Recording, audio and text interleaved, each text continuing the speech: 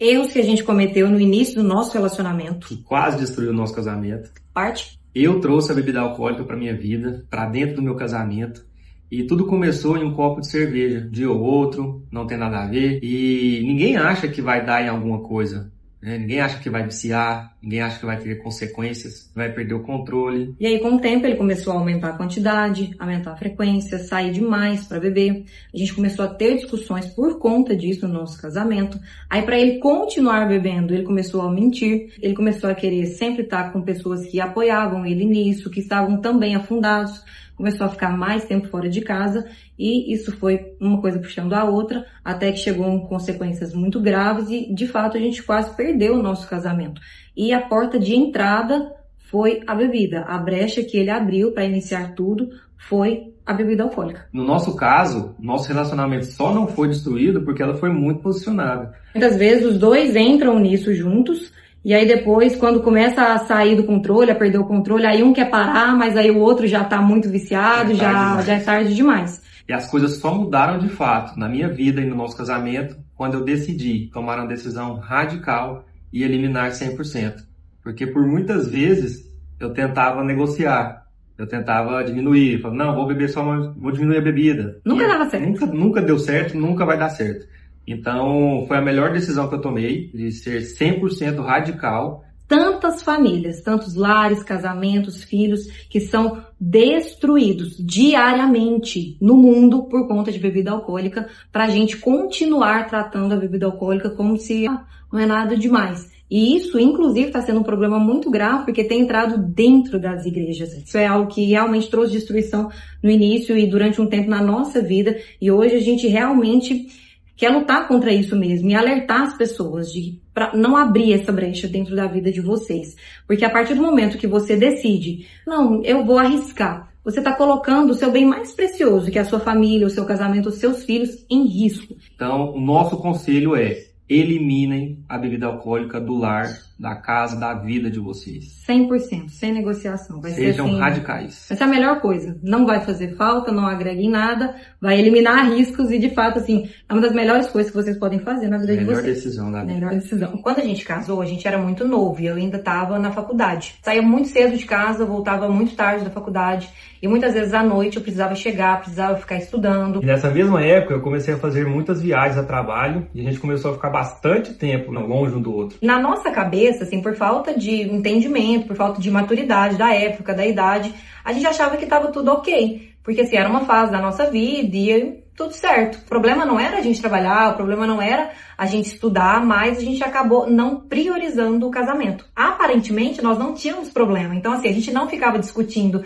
Nós não tínhamos problema na nossa vida íntima. Ele sempre me apoiou na faculdade. Só que a gente estava ficando muito tempo longe um do outro. A gente estava distante um do outro. E isso foi muito danoso nesse período para o nosso casamento. Inclusive, por coincidência, que é óbvio, a gente sabe que não é coincidência, foi nessa mesma época que a gente estava muito distante um do outro, que ele começou a ter problema com bebida alcoólica. Foi tudo no mesmo período, que foi o que a gente gravou no outro vídeo. Na minha cabeça, eu sempre achei que eu era muito bem resolvido, por falta de maturidade, de entendimento de questões emocionais.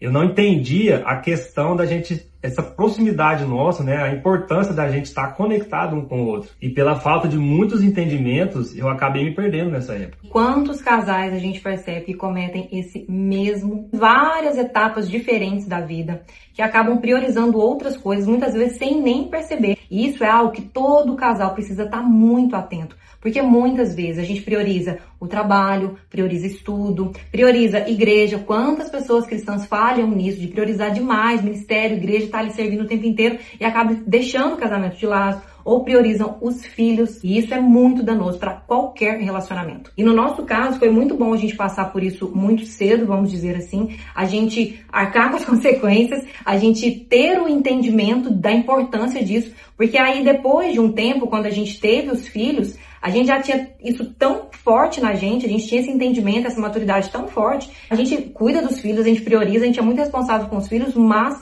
a gente nunca deixa de priorizar o casamento. todas as nossas decisões. A gente fala muito sobre rotina, sobre sono. Tudo isso é por conta desse entendimento de que a gente precisa sempre, em qualquer etapa da vida, fazer o que for preciso ali, bolar qualquer estratégia, mas assim, para que o nosso casamento seja prioridade. E foi muito chocante quando a gente teve esse entendimento, nós nos tornamos melhores amigos, realmente parceiros, e fez total diferença na nossa vida. Muita diferença. Então, o nosso conselho é: tomem muito cuidado com o que vocês estão priorizando e em qualquer etapa da vida de vocês. Sempre tenham isso em mente, o casamento precisa ser prioridade. A gente confiou demais em nós mesmos. E isso é um erro que muitos casais cometem, é que a gente confia demais. A gente é muito bom, que a gente tem muito caráter, que a gente nunca faria tal coisa ou tal coisa. E o nosso relacionamento, não, a gente nunca vai passar por isso. No nosso relacionamento, isso nunca vai acontecer. E qual que é o problema da gente confiar demais? A gente tem a tendência de negligenciar em alguns aspectos. Alguns casais acabam negligenciando na forma que tratam um ao outro. Ou muitos casais podem até cuidar do casamento e tudo mais,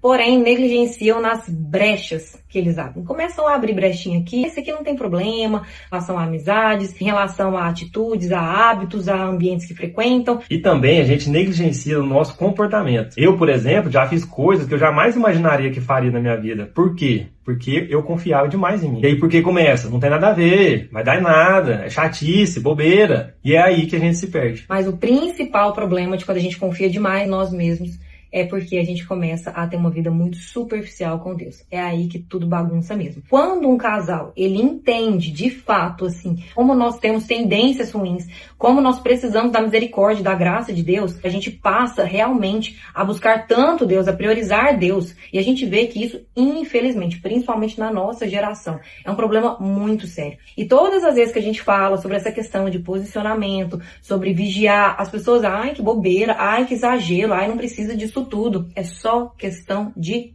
tempo. As coisas vão dar errado. A vida vai vir de repente, ó, te dar uma rasteira no relacionamento de vocês. Mas muitas vezes uma rasteira é até bom, né? Porque aí faz a pessoa acordar, aprende, né? Mas seria muito bom que a gente não precisasse passar por isso. Então, o nosso conselho é: não confiem. Nós temos muita tendência a fazer muitas escolhas erradas e entrar para caminhos muito errados. O nosso coração é enganoso. E quanto mais a gente entende isso, mais a gente vigia, mais a gente cuida e mais a gente tem um relacionamento íntimo com Deus.